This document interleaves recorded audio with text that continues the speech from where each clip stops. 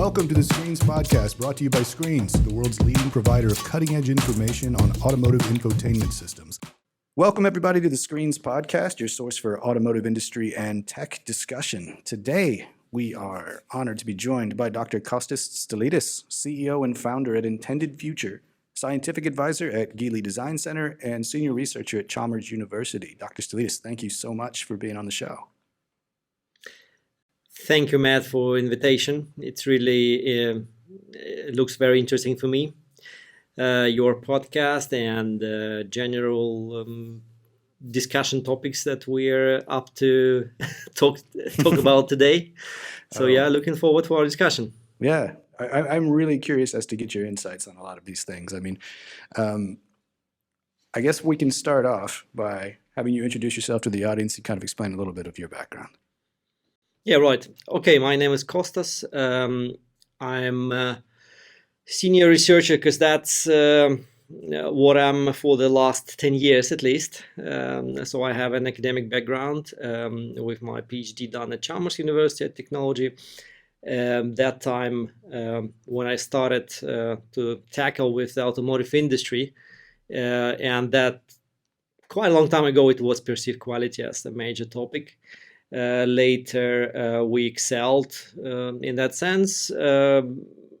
We become more and more engaged with the car industry perceived quality evaluations in the first hand. This is how people know our research. But later, of course, one of our partners, specifically, I think, yes, it was our friends from A2Mac1. So they said, why don't you guys make a product out of what you do in university?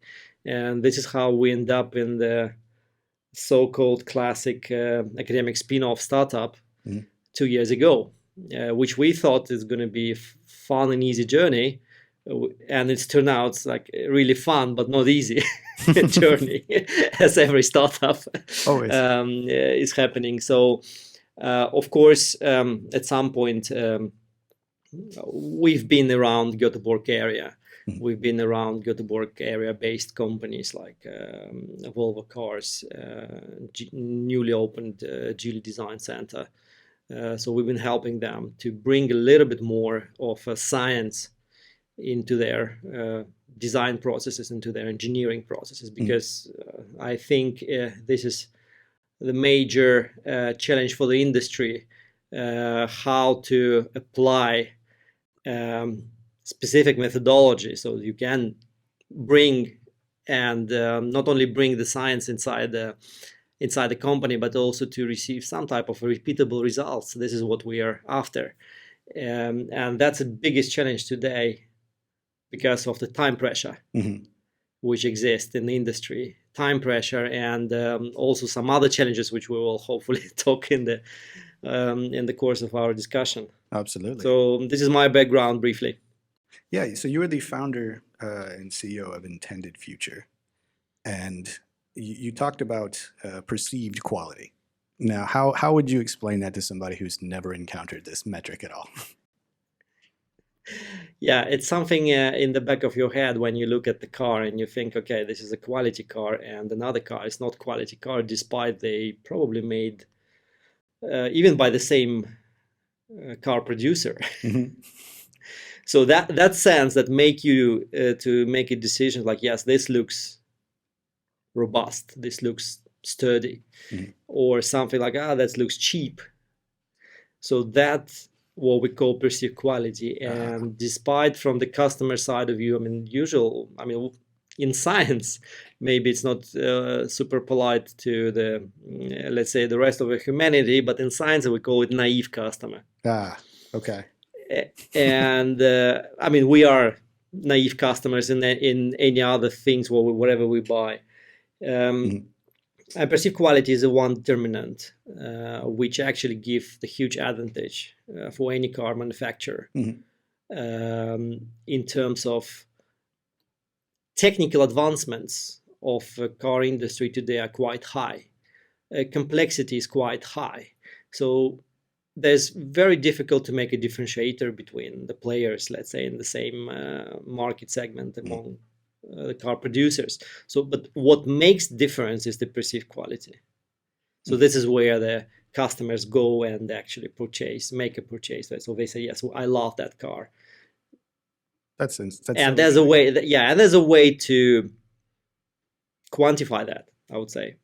See, this is what we've been researching for. That's crazy, because that's what I was going to ask. Like, how do you quantify such a kind of an opinion-based thing? Yeah, here I have to speak about Chalmers University of Technology, because Chalmers is one of the leading universities in Sweden in terms of applied science. So that means most of the researchers I know, most of researchers belonging to the research group where I have been doing my PhD, for example, or working as a postdoc later, it's all applied science, meaning that industry is going hand by hand with the research. And most of the research questions are actually inspired by the industrial questions. So industry comes to the university and say, okay, we have this existential problem. We need to find a solution.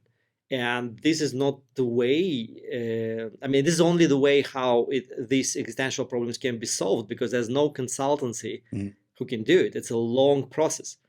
So when I was hired as a PhD student at that time, perceived quality was a witchcraft. I can say it with a high confidence. So it was a witchcraft, because from one point it gives a huge market advantage to any company. So that means it's a highly classified area in every company. As soon as it becomes highly classified, it becomes kind of things itself. So then it relies to the people, to the specific industry professional who bring a specific culture, the way they work with the topic, and of course it never goes outside. And this where we came, as soon as we understood that this is how it looks like, we very quickly understood that we need to apply scientific principles if we want that topic to evolve. And the primary scientific principle is openness. So open access. Make it free and make it release. At the same time, of course, we still have to be able to work with the company. So to make this story short, we performed almost 4 years long study where we went to the majority of the premium and luxury car manufacturers in the world. I spent some time, for example, Michigan University, going to Chrysler in Auburn Hills and talking to people from Cadillac. So interviewing all those people, we understood how they work with the perceived quality. What are the attributes? What is the sort of the approach? And this approach differs from company to company. It's completely different. Right. Some companies perfectly work with just 4 attributes. And some companies have like more than 130, more than 150 attributes. Wow. So the complexities varies, and the way of working, as I said before, is very individual. As soon as we collected that information, we thought, all right, so we need to make it somehow democratic. We need to share that knowledge with the world, how we can do it without exposing our peers, because they really were super nice to us, I would say, opening doors to the researchers and nice. Showing sort of their internal kitchen. So one rapid thought, which later evolved into something really big, was that idea: how do we assess any product as a humans? What if we, as a human? So as a humans, we use our senses. And what if we look at the car not as a exterior or interior screen? What if we look at the car as sensory experience? Yeah.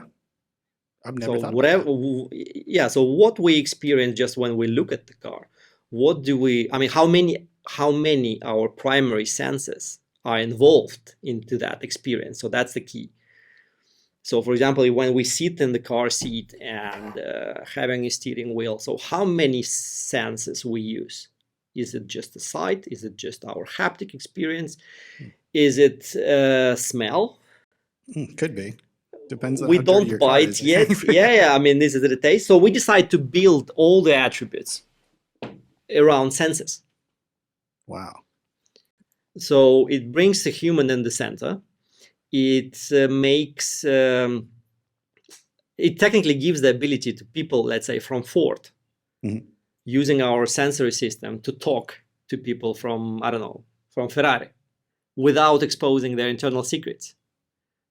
Because of course we have that tree system, there's decomposition of the attributes and everything is described and so on. We published this as a paper, it's an open access paper. And this paper got the great traction. We published it in 2020.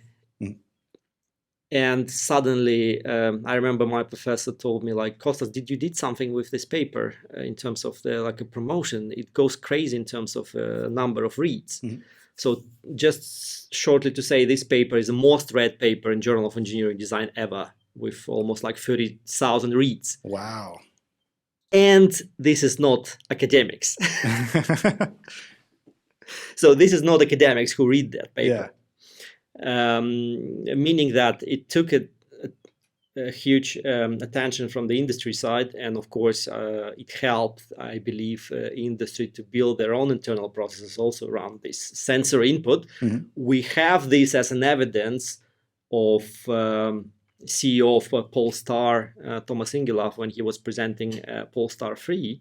I think at some point he started talking about sensor experience, and I was watching that presentation, and I was kind of okay. So finally, after 7 years, we should see car not as interior or exterior, but as a sensor experience, and that's someone who has influence in the car industry is saying. So that was a good feeling. Oh, I bet. Yeah, that's crazy. Your paper was so popular, and then you decided you're going to create something that was basically like what, an analytics as a service type situation. Yeah, so what we understood, the processes of some type of objective assessment. I mean, I'm saying objective in the parentheses because still humans are involved, but at least to produce some type of a scoring to be able to make a comparison. So that process have been established in the companies always. At least old players in the market, they have it internally. Yeah. Definitely now with the boost of electrification and new companies popping out quite quickly, I see that some companies don't have it in-house, but they will eventually develop it if they want to survive. What every company always were missing is the customer input. For the two reasons: any customer clinics are always expensive. Any customer clinics are always time consuming. It's still statistically has very low significance. And in the end, what usually companies receive is like 500 pages report, which only few people read. I mean, in this case, we were, so simply our product is bringing triangulation into this equation, because so we have a customer input, we have engineering assessment of the perceived quality, and then it's end up in the formula, which is only IP of our company, how we calculate the weights and counterweights from the sensor input. It's end up in what we call perceived quality index, which is an objective tool to benchmark their own cars with, or any car with a set of competitors. Because it says, oh yes, like for example, the front of car X is better than the front of car Y. And the question is, okay, can we dig deeper?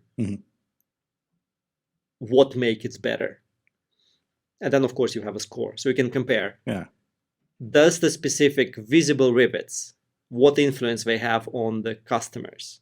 And what's most important is not only comparison through the just like general customers, it's comparison per market area, meaning that, of course, the American population has way more different, let's say, perception levels and what's important for them in the car than the Europeans.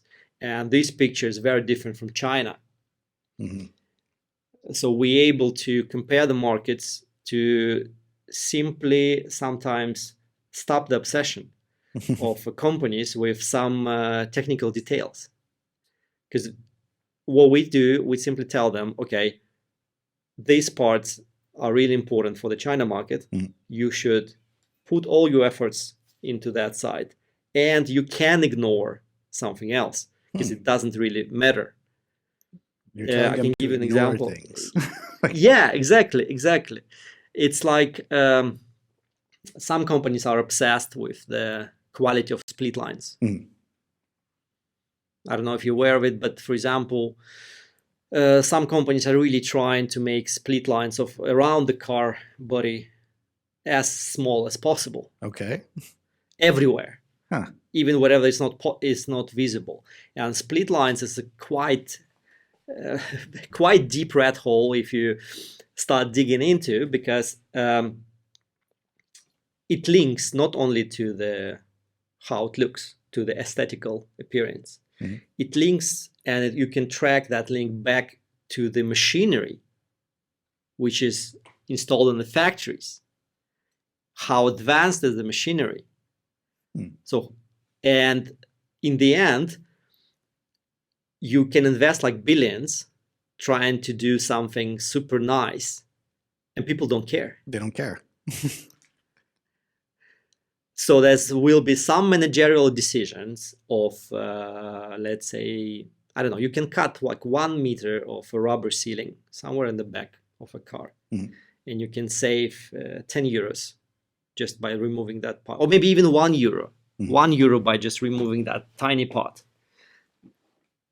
If you know that this is not important, if you know that this will not affect your customer, you just multiply that 1 euro by the volume of production. Yeah. And how much money do you eventually save on the cost of production? Yeah.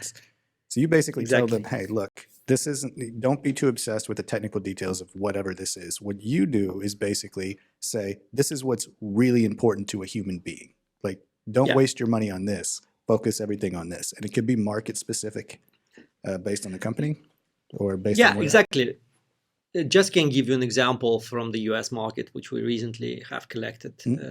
So opinion of 1,000 drivers, which makes that statistically significant. And if you look for the American population in general, the preference, I mean, you can tell me if I'm right or not, but the general preference is like, okay, from exterior, the quality of paint, that's what matters the most.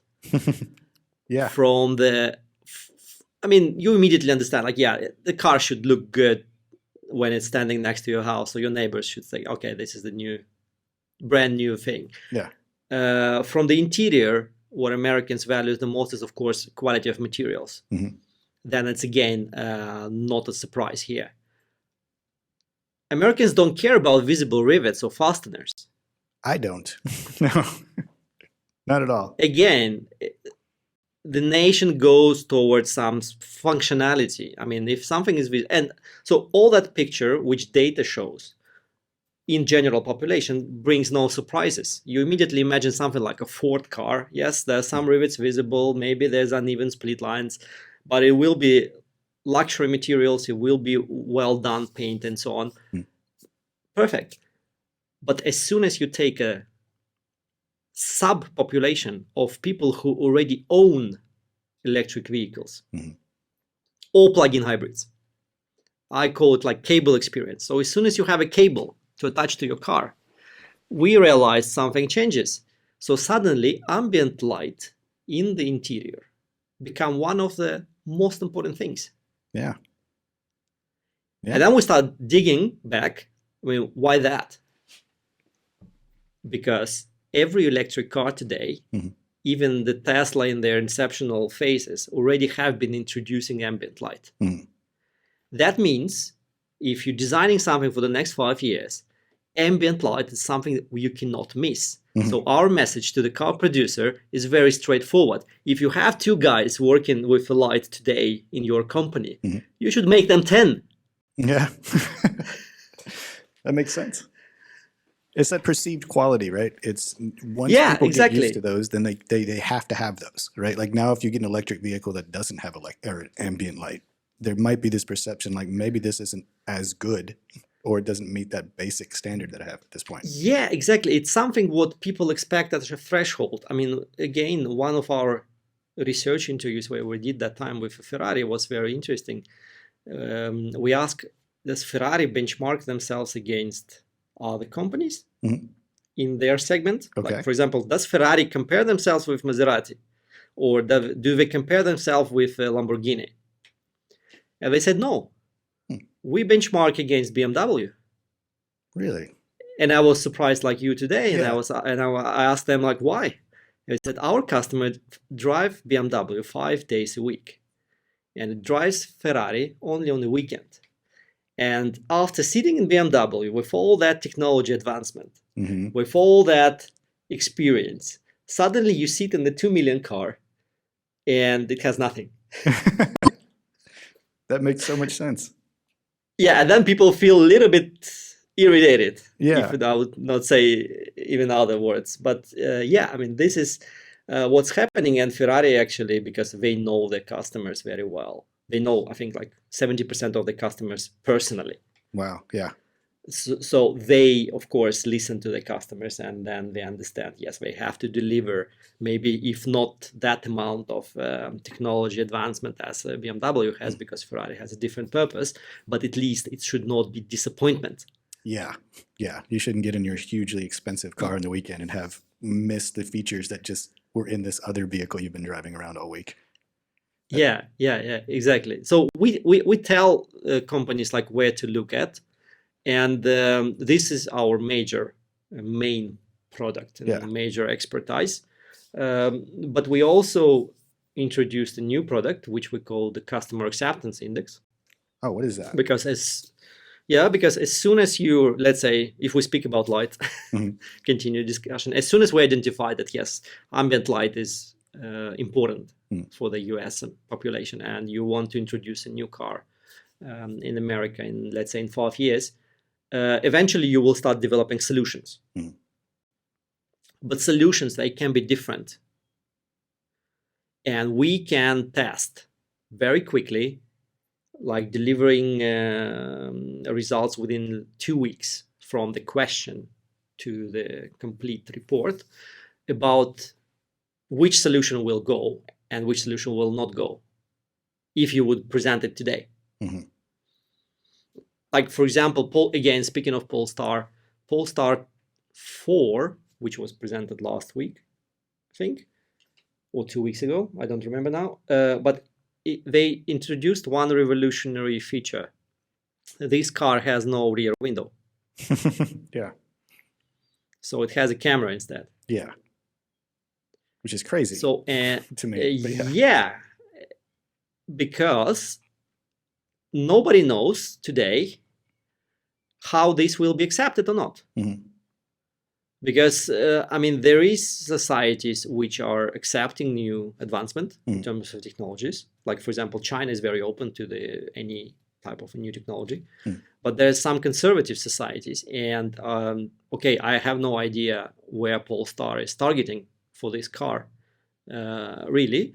But what is obvious, and we have similar, I mean, we can perform the similar studies, so we could tell if the camera, for example, would be accepted in Sweden or not. So that answer we could give, obviously. Yeah. So this is one example of a testing customer acceptance index. Yeah. That's very cool. And again, you receive some objective scoring, so you know, okay, in generally, starting our research and what Intended Future does, because Intended Future innovation is based on the research. So we're still researchers. We still continuously research. We publish papers. We publish white papers. We're advocating so-called data-informed design. Okay. Not data-driven, meaning that the data that we collect from customers is just the same level of importance, or let's say same value for a designer as a pen and pencil. It just helps to look to the specific direction. So it just helps you not to waste the time looking into the different directions, because yes, you have a brilliant idea. I mean, the Polestar designers had that brilliant idea about replacing rear window. I think next step will be replacing the second row windows as well with some type of screens. Yeah. So let's say you have this bold idea. So instead of having something like iPad for your kids in front, so you could have the complete window as a screen. We could test if this would be accepted and where. Yeah, that's very cool. So this is what customer acceptance index does. And of course, another, what previously we called deep future, but it's trend forecast index. The final third product out of it is a trend forecasting, meaning that this is where we want to engage machine learning as well. And this is where today we do it in the high level accuracy in terms of the data sets. Like, for example, one of our clients coming and saying, okay, we want only people who can afford our car, let's say, with a specific income, or people who only drive specific cars already and have income and have something else. So we want only that subset. And what do they think? So then it's some type, of course, as a tailor-made solutions, but it also can be delivered with a very, very much precision, like in terms of what you get out of this data, because there's a lot of data points which from the beginning seems like under the surface, but as soon as you start analysis, it's a lot of interesting patterns that you can just sketch out of it. Yeah, it's a lot of conclusions you can kind of get. Like it's fascinating, all of the risks that people do take with these automotive designs. When you talk about Polestar and not having this back window and replacing it, I could only imagine that that might inform some trends in the future if that takes off, if that becomes something that maybe people are like, no, actually, this is great. Well, yes, and I assume it will be very diverse solutions. Like, look at Tesla Model Y. With the doors opening. The DeLorean doors? Yeah, DeLorean doors, the wings. It's designed in California, and it's a perfect solution. For California, I mean, in terms of when you're packed into the tiny parking space and your doors are opening and you can step out of the car, it sounds like it's probably was looking like a perfect and interesting solution for the car industry. What happened in Norway? If you park your car outside and you have a snow and then your doors are opening, suddenly you have all the snow inside the car. Yeah. Not that much snow in California. This is real. This is a real story. This actually happens. Yeah. Yes. Did this happen to you? Is the question. No, that doesn't happen to me. That's what I heard. Okay. What's happening in Norway? I mean, Göteborg is still. We need a little bit more snow to test it. Oh, I see. But Norwegians has enough snow, and they have very high level of electrification, meaning that they have like. I mean, we consider Norway. We usually probe Norway as a market.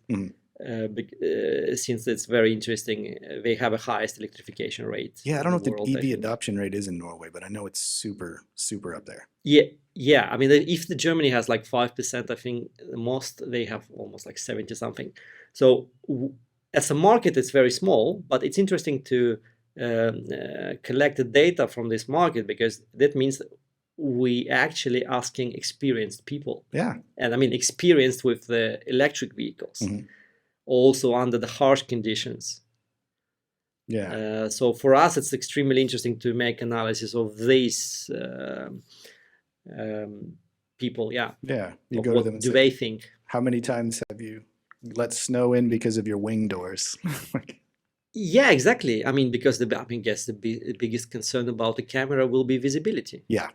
Out of the weather conditions. So that would be my concern in the first hand. And then in the future, if they how can I make sure that will be clean all the time. That is fantastic. I mean, speaking of the future, like intended future is definitely a very cool name. First off, I love the name.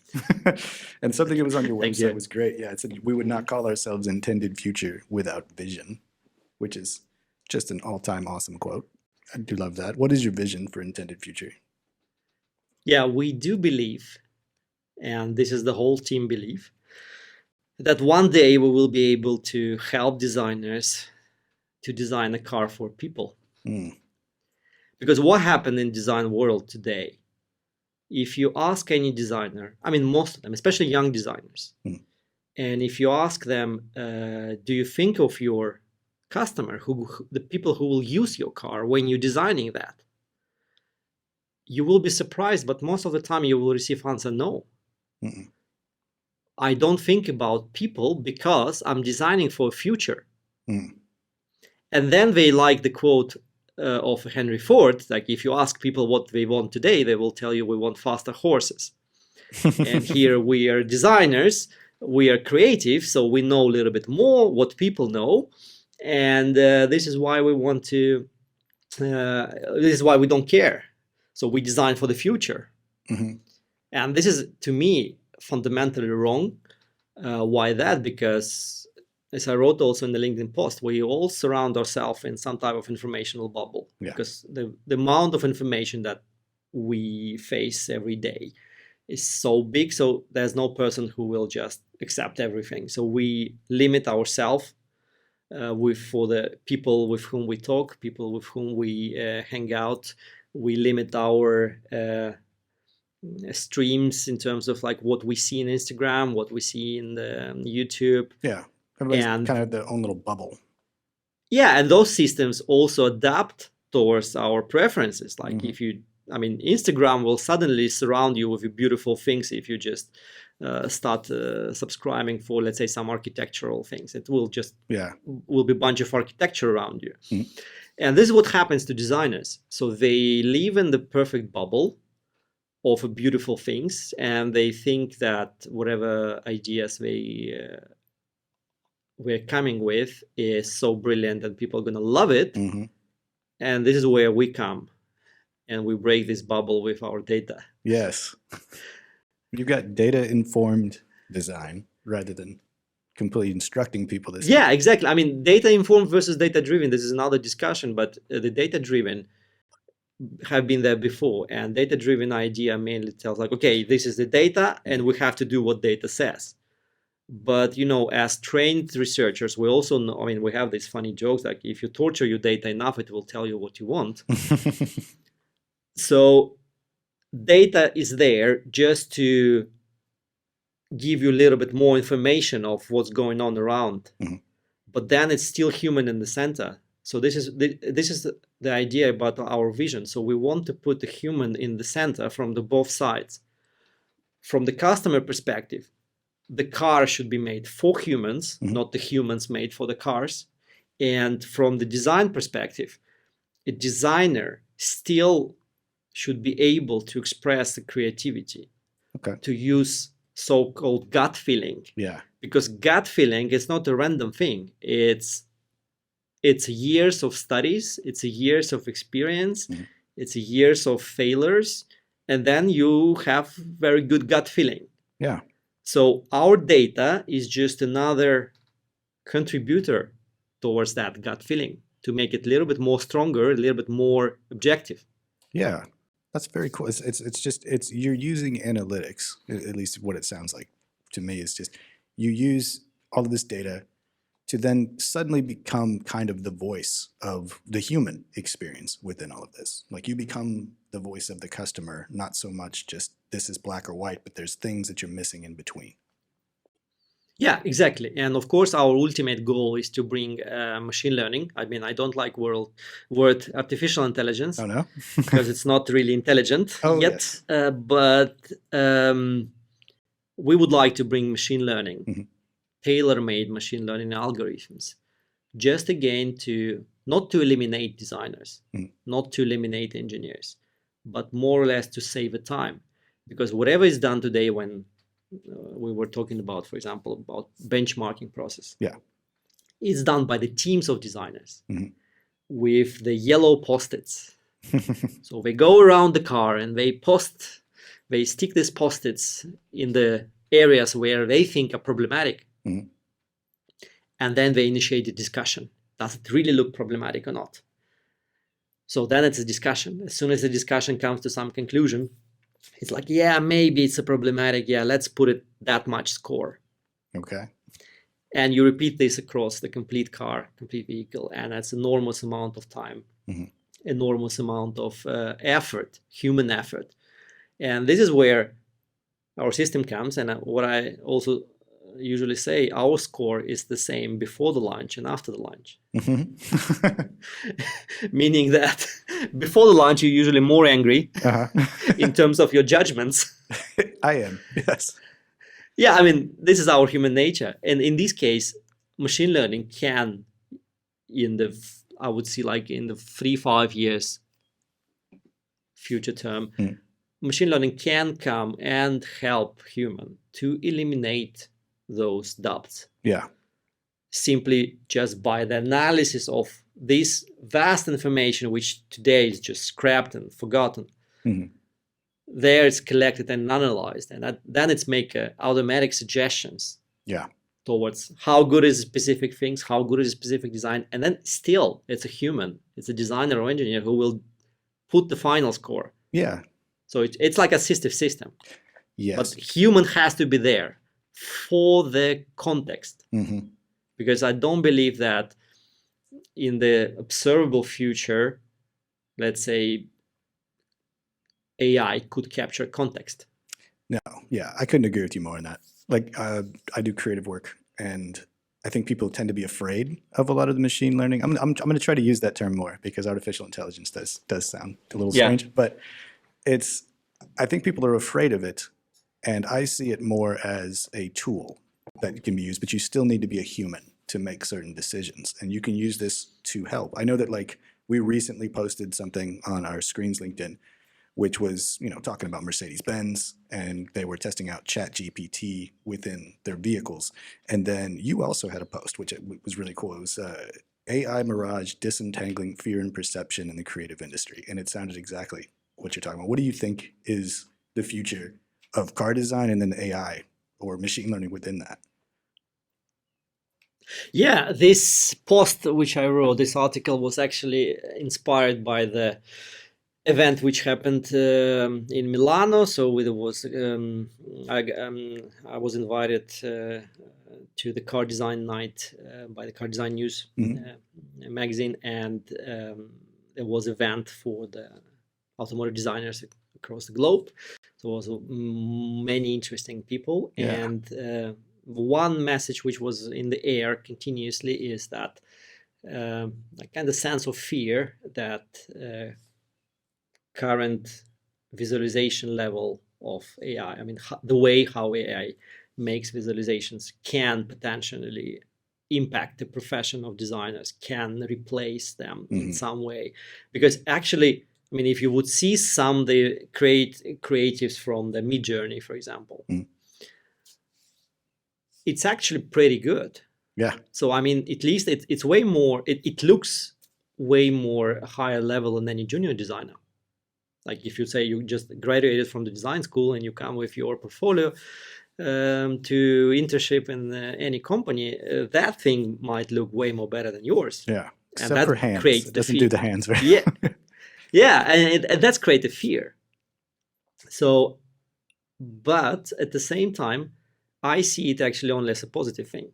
And this was my personal reflection, because in university here, everybody sees ChatGPT or any other applications of AI, which is now quite, I mean, what we can hear. Everybody see that. I mean, most of the researchers, I cannot say for everyone, but most of the researchers see it the quite positive way. We encourage our students to use that when they write their essays. But then, of course, it brings in other problems, which I also described in this article, that ChatGPT, for example, it has that phenomenon of daydreaming, meaning that it simply creates some false information, and it justifies that false information by the links to the citations, which doesn't exist. So let's say if I would receive my students' essays in the past, when I see the literature list, I would just check, is it complying to the specific citation styling or not? Mm-hmm. Today, I have to check each citation if it's real or not. Wow. Because it justifies itself by the fake evidence. And this is what makes a difference from the humans. Because there's a theory that daydreaming or hallucination, we human also have it. I mean, if I imagine the future, if I imagine my intended future, I hallucinate. Or if I'm trying to remember the past, I will not reproduce a past event exactly as a fact. A version of that. Exactly. It will be my interpretation, the way my brain interprets it. That's why we all have different opinions and visions. Mm-hmm. And that also can be considered as some type of hallucination. Yeah. But what makes us different? We still can distinguish, okay, this is a hallucination, and this is where we're talking now is a reality. Mm-hmm. While ChatGPT and similar AI systems cannot do it. Yeah. So, I mean, if we would meet a person like ChatGPT for real, we would think this person is mentally sick because it's telling something, it's justifying himself, but he's doing that without a purpose, because even mentally sick people have specific purpose of justification of their imaginary worlds. Okay. Yeah. They usually some purpose for that. Yeah. This is our human nature in the beginning, but ChatGPT has no purpose in that. It's just daydreaming. Yeah. That's a great way to put that. I've never thought of my like thinking of things as basically hallucinating, which is very, from now on, that's how I'm thinking of it. I'm going to hallucinate really quick. Hold on. That's just one theory. That's just one theory. I'm not saying that this is some type of a true, but I like this idea because yes, it makes some sense. Yeah. I also like how you question whether or not artificial intelligence is truly intelligent. I think within the article you were explaining something. I think you have like a KitchenAid mixer or something that can do something better than you can, but does that make it intelligent? Yeah, exactly. I mean, excavator can dig way more efficient than I can. I mean, if I need to put some cable in the ground outside of my house, I mean, I can dig it myself, or I can bring this machine and it will do it in the minutes, but it doesn't make it intelligent. Yeah. I like how everything you do seems to be more human-centered. It's very, that's your focus is humans, which is very cool. Yeah. I had this recent story that I was looking at. I think it was in Slate magazine, but it was basically talking about infotainment systems, which is cool because that's what we do in screens. We tend to do the HMIs. What you do is kind of like the rest of the vehicle, which is very cool. It's very similar, but yeah. And with some of the HMIs that we've encountered, you know, it's at least in this article, it was basically explaining that, you know, they're starting to pull back a little bit on touch screens necessarily, which is interesting. Like, and physical buttons seem to be something that they're finding that actual humans like, rather than that design, you know, where they just are design driven rather than, you know, design informed, which would be, you know, when you were first driving, what did they always tell you? They said, please don't drive with your cell phone up the whole time. You know what I mean? And now it seems like it's, hey, let's put this giant iPad like right here that you have to shift gears with and all of that. Are you noticing anything like where the trends might be going back towards physical buttons rather than that, or the other way around? Yeah, it might be. I mean, in the first hand, what I have to say that when I first saw what you guys do in the screen, so I found that extremely fascinating, because it was like, wow, they do what we cannot do, what we always have been afraid to do. Because when it started with the perceived quality, like long time ago, perceived quality or craftsmanship, it was always built around the car, around the screen, that time smaller screens, but it has never been touching whatever is inside the screen. So that has been always a black box for us. Yeah. And why black box? Because of a complexity. It's extremely complex system, and it's extremely difficult to again, to objectively evaluate the software which is inside, because there's so many factors when you're driving, when you're not driving, when you're a driver, when you're a passenger. So many variables that we thought, even because we had the ideas, okay, can we assess HMI, human machine interface, some way? And then no, it's too complex. And I mean, what you do, it's amazing, because I mean, you go really deep into the details. And there is a possibility, like I see for the screens, probably the next step would be some type of also objective, kind of developing a scoring, so the benchmarking could be provided by some type of objective score in there. And speaking now, answering to your question about whatever is inside the screen or not, or outside the screen, we did study actually 2 years ago about how the rich American guys perceive functionality of the instrument panel and what they would like to have as physical buttons and what they would like to have as whatever it is, digital, as in a screen. And we were thinking how we can address this question, because it's not an easy question, also how to understand numbers behind it. So we end up with questions like that. So we were asking, imagine you want to raise the temperature in your car for 2 degrees Celsius. Which way you think is most convenient for you? Which way would you prefer? And which way you would hate? And then we had the solutions from the Tesla, we had the solutions from Mercedes-Benz as a classic German design, for the classic Italian design, we took one of the Maseratis. And for American, of course, we took a Lincoln Aviator. Okay. And there was like the whole bunch of screens, buttons, capacitive buttons, switches, whatever. We were able to identify that these people, 50 plus, driving luxury cars today, they actually fine with the media being digital. So they fine with music, with the radio being digital. Nobody wants that radio buttons like Lincoln, old version, previous version of Lincoln Aviator had. Like nobody wants that piano buttons anymore. I mean, they fine with the digital as soon as it goes for the music and entertainment. And then you ask yourself, okay, why? They should be conservative. iPhone, why? I mean, Spotify, Apple Music. Yeah.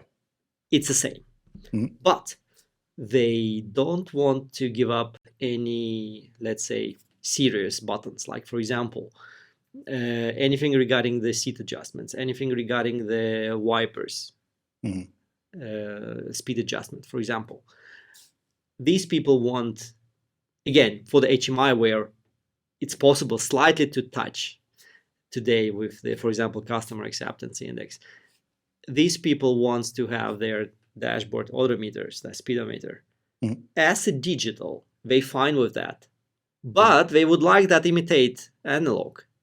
Yeah. And then we have a very clear message to the car producers. So yes, make it 2 versions. Make one version with the numbers for the younger generation, and make one version looking like an old dashboard, but in the digital form. It will not cost you much, but you will win the hearts of these, let's say, old guys who don't care about sustainability. You will get them. Yeah. I personally like the physical, at least for temperature. I don't know why. For some reason, it's just good to just not look and just, all right, let me twist this just a little bit. Yeah. I mean, I remember I had Mini, and this was a lovely car because it looks like I'm in some type of a cockpit of airplane, just putting these knobs ups and down, and it was like about everything. And yeah, exactly. And you just like, okay, ready for takeoff. That was a cool feeling. So, but yeah, I mean, it's really now a big question between a choice of the physical buttons, capacitive buttons, and whatever should be in the screen.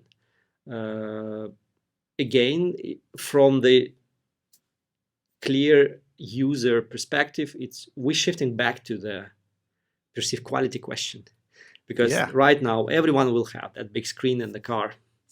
So what's the difference then? And this is where perceived quality will play the difference. So someone who will introduce justified solutions, will win this race, actually. Yeah, and the tool that they need to get them there sounds like it is intended future, which is fantastic. Cool. I think we can wrap it up Yeah, from thank you, there. thank you. Yeah, thank you so much for being on the show today. Really appreciate your insights on all of this. Hopefully we can have you come back because I know you've got plenty more to talk about. But yeah, thanks again for being here. Where do they go to check out Intended Future, right? Sorry, Intended Yeah, I Future. mean, they just go to the Intended Future .ai. Yeah, this is our address. So just to check it. And thank you, Matt, for invitation. Thank you, Screens, for invitation. I'm really happy to share thoughts with you. And yeah, I hope it will be not our last meeting, that we will talk in the future as well, because the industry developing so fast and there's so many things to discuss. Absolutely. Absolutely. All right. Dr. Stylidis, thanks again. Appreciate it. Thank you, Matt.